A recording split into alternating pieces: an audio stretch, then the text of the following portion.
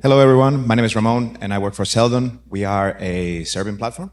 And to be fair, it's kind of scary to be the last one presenting with 6 people in front of me or 5 people in front of me for 5 minutes. I'm like, I'm going to make it or break it here in front of all of you.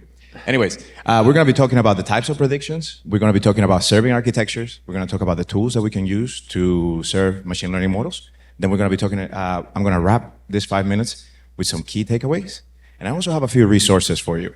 Anyways, the first one is batch predictions. If you've heard of batch predictions, these are the predictions that are done at some point in time. Maybe you have thousands of employees and you want to calculate at different intervals throughout the year who is going to churn after a survey. So that will be one, at scheduled intervals. The second one is online predictions. These ones are fast. It can be used, they can use batch predictions, batch features that have been pre-calculated beforehand, and they can also use features on the fly.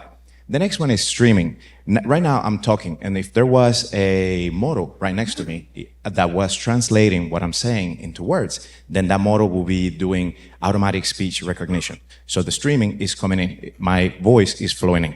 Now, let's talk about a couple of serving architectures and a couple of patterns that you may or may not have seen. So this might not be as creative as my title hinted at. And the first one that we're going to cover is called embedded models. So in this case, you have your application, which has a bunch of code in it, and then within your application, you put your model. If it's a Django app, then you're going to have a function that calls your model from some sort of bucket storage or some sort of place, and then boom, your model is inside your application. There are some pros and cons for it. The model has been trained, tested, and is ready to be used. Predictions happen on the fly, and it can be embedded into software. The cons is that when you retrain it, then you're going to have to redeploy the application for it to happen. Now, the approach is, if it ain't broken, don't fix it. If you don't really need 100 models and one model inside your application works, then keep doing it.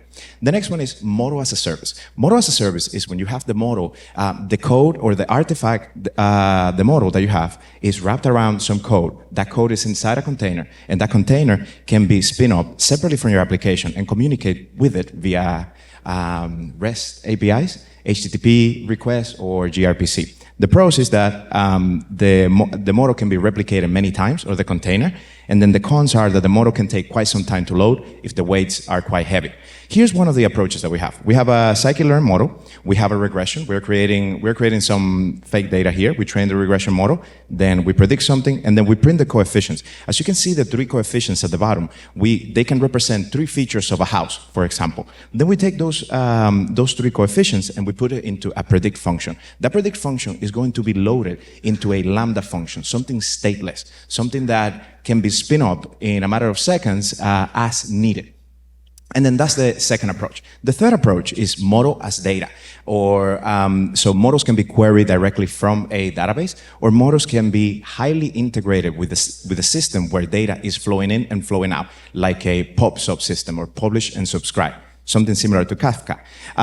The pro is that this ingestion of models at runtime can allow from different publish and sub patterns, but it comes with high complexity.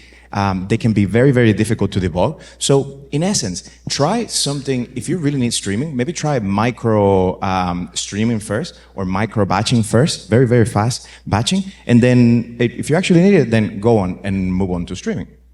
Then for the tools, you're going to have your model on one side. You're going to have PyTorch, LightGBM, transformers. Then you're going to have the wrapper, Flask, Fast API, then you're going to have your packaging, Docker, and you're going to have a serving tool. The ones that you see at the bottom, ML Server, Cog from Replicate, Truss, and Bento ML, they allow you to do kind of the same thing. Wrap your model, build a container, and then publish it somewhere. Now, the key takeaways from these are, there are 3 major kinds of ways of doing inference: batch, online, and streaming data. Not all 3 are going to be perfect for your use case, but they are helpful. Here are some resources that help me guide myself through this process. Deployment of machine learning models course in Udemy, that's probably my favorite one, but then Chip Huyen's book on designing machine learning system is fantastic as well. And then, gracias, my 5 minutes are gone, so I gotta go. Thank you.